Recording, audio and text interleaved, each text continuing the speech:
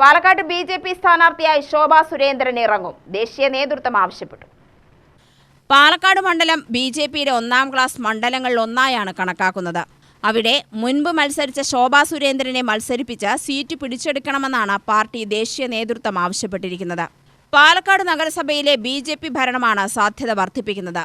മുൻപ് സംസ്ഥാന vice president C. കൃഷ്ണകുമാറിന്റെ കയ്യിലായിരുന്ന Palakkad ഇത്തവണ സ്മിതേഷ് അടക്കമുള്ള നേതാക്കളുടെ കയ്യിലേക്ക് മാറിയിരിക്കുകയാണ്.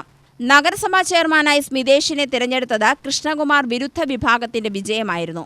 മുൻ നഗരസഭാ അധ്യക്ഷ പ്രമീള ശശിധരനും സംസ്ഥാന നേതാവ് ശിവരാജനും ഉൾപ്പെടെ ശോഭയെ അനുകൂലിക്കുന്നു. കഴിഞ്ഞ ഉപതെരഞ്ഞെടുപ്പിന് ശോഭയെ നിർത്തണമെന്നാവശ്യപ്പെട്ട ഈ വിഭാഗം ഫ്ലെക്സ് വെച്ചെങ്കിലും കൃഷ്ണകുമാർ സുരേന്ദ്രൻ പക്ഷം തടയിടുകയായിരുന്നു.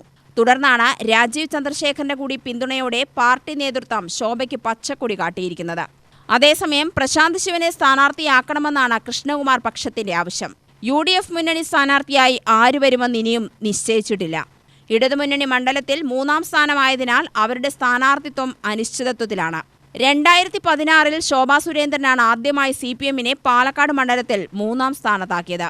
ഷാഫി പറമ്പിലിന് 57,859 വോട്ടും ശോഭയ്ക്ക് 40,076-ഉം മുൻ MP NN കൃഷ്ണദാസിന് 38,675 വോട്ടുമാണ് ലഭിച്ചത്.